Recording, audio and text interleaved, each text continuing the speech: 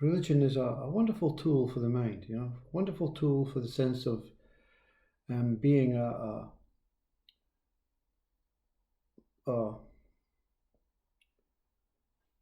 small portion of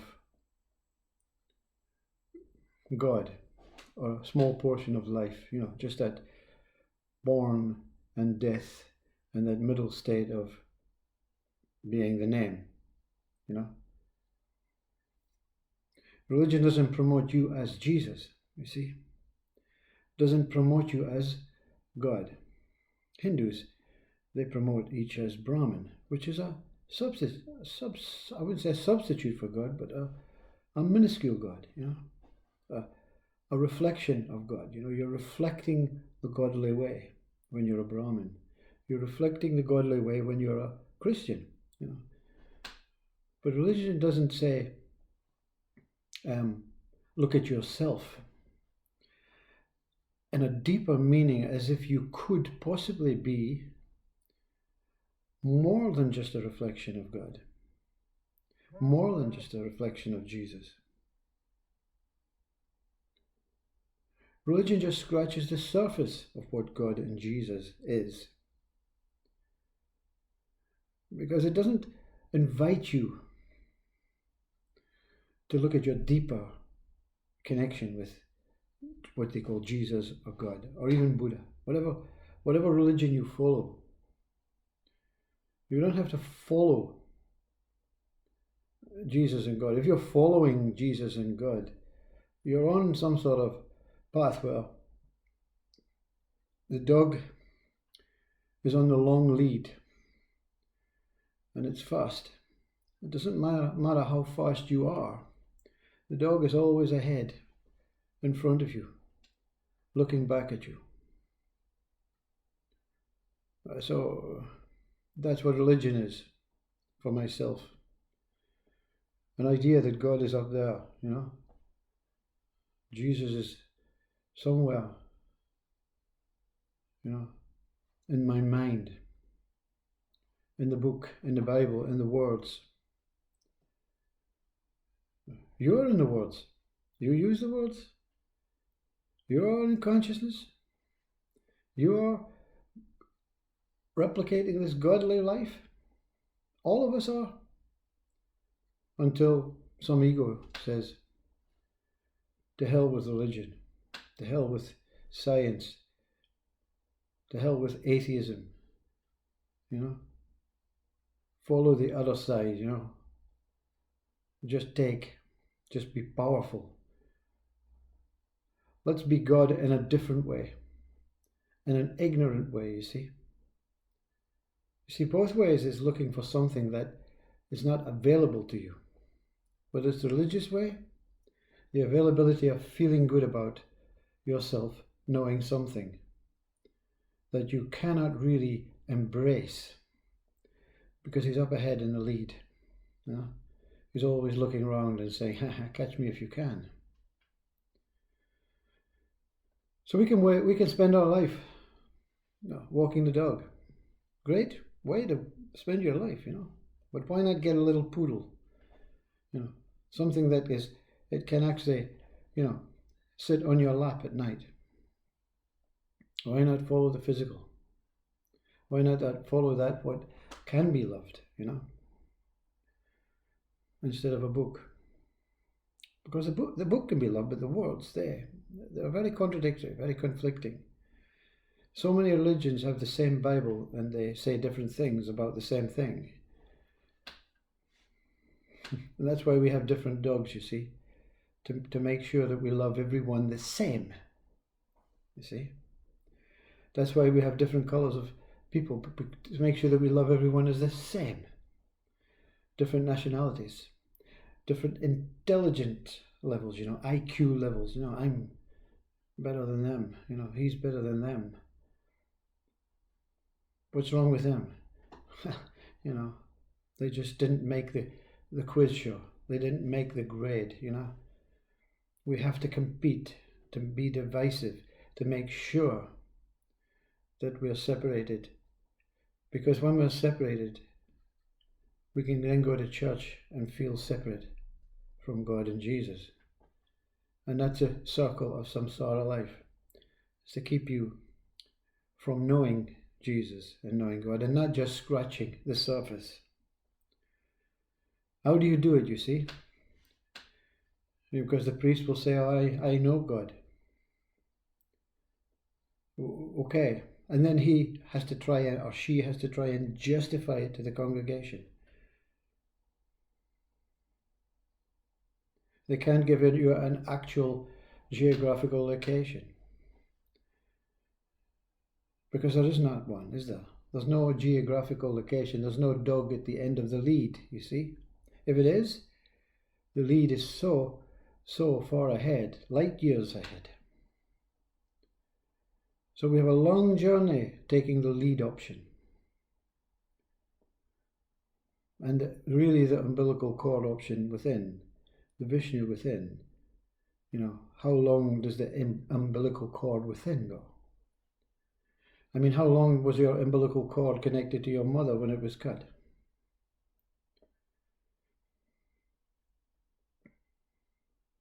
It's so close, you see.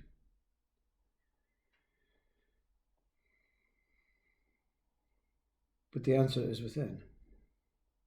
You don't go around saying, I had the same experience as Carl Jung. When someone asked the question, I was asked the same question, do you believe in God? It didn't make any sense, you see.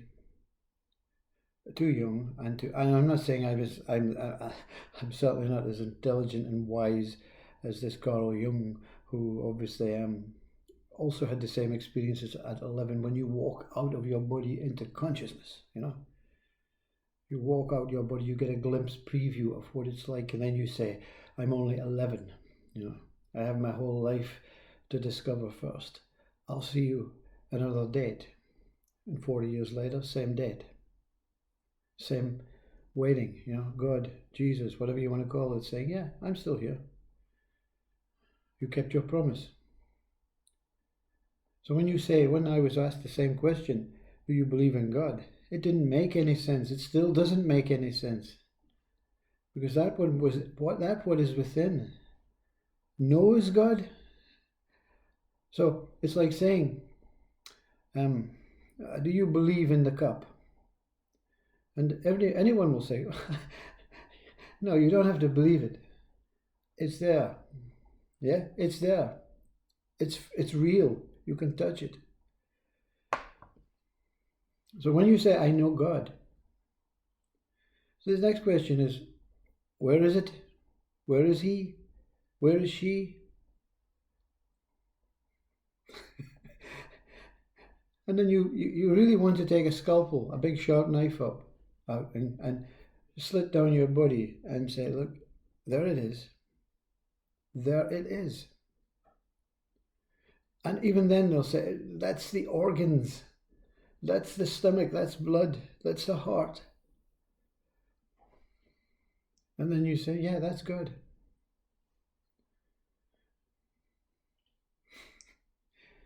And then the religious priest says, yeah, well done, you.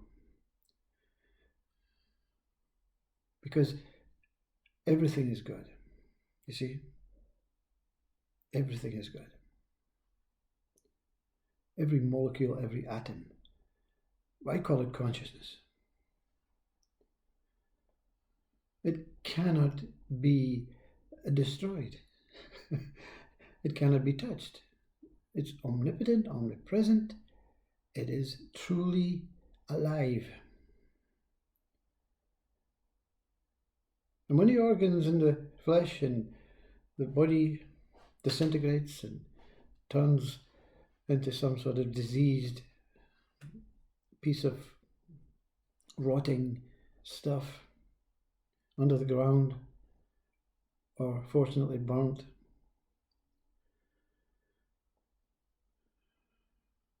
where did God go? Nowhere. The earth is what you're made of.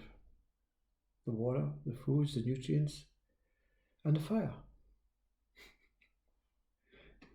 infinite God. See, how do you, of course, that's really condescending to the listener. So how do I live my life? You live your life as if you're Jesus, as if you're God. And then you start saying, well, okay, I'll have to read up first. No, you know. You know Jesus. You don't have to say, I know Jesus. You don't have to share. You don't have to create some sort of sermon on the hill. You don't have to join a congregation or make a congregation. That's your mind. If your mind wants to follow that suit, that's fine. That's perfectly healthy. This mind chooses not to be confronted by questions and answers, to fall into the trap of that, that reality of God is disappearing to become a thought of searching again. A thought that God and I are separate out there, or God is in the head now, you see. Jesus is in the head. You can't say I am Jesus out loud. You can't say I am God out loud. Because ego cannot accept. That's why Jesus was crucified. No, not in my time, says the Jewish kings and the Romans and whatever. No, you're just a little insignificant man with a beard and sandals. And that's what will happen to you. So you pretend. You go to church and most have not scratched the surface, most really know accurately, purely, where God and Jesus is. But you dare not speak about it, you see. Crucified. And why would you want to? Why would you have to project that what is pure within? Why not keep it to yourself, you see? Why not keep Jesus to yourself? Just a name. God, a name. Why not keep reality and the truth of yourself to yourself? So the speaker is not saying, I am God. I know I am Jesus. But I know that what I am is not purely what is being represented in this illusion, this dream. And neither are you. And neither are the trees. Everything is the same love. Whether you celebrate an external love, an internal love, an imagined love, a fictitious love, a man-made created love,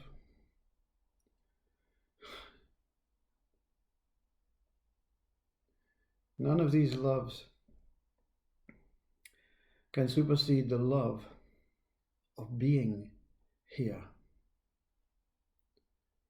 as that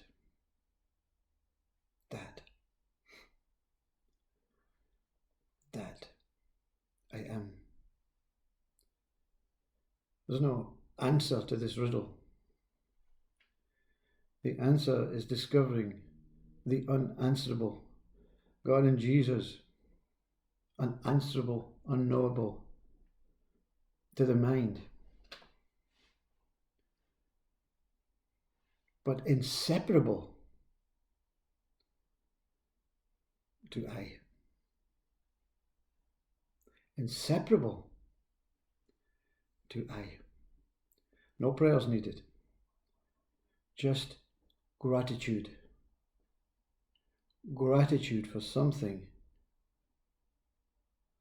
that miraculously put you here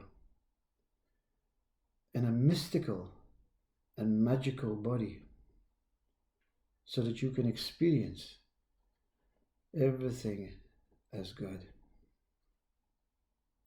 as it is, as one is, as is. Who knows is, you see? All looking for God, all looking for Jesus, all looking for Buddha, man-made constructed thoughts through books and Bibles and readings and whatever. No one looks at I, your I, and no one looks at what I is born from. I is born from is. What is is? What is is? I remember as terrorist, I think you could call it a terrorist group, I don't know. ISIS. Is. When this was revealed, this moment was revealed, I is. One is. I is. I thought, do they know something? Is that why they're seeked and destroyed? Because like Christ on the crucifix, they know something more than the pathetic ego, the driven, the powerful, the kings, the superior ones that make mockery out of religion and science and all the things that the human mind stands for, to send you on paths of impossible dreams, you see. But there's a path of a dream that is impossible. Look for this path of impossible dreams. Examine the unexaminable. Don't examine that what the system wants you to examine. Examine yourself. Find the unexaminable within the examination of yourself, your whole self.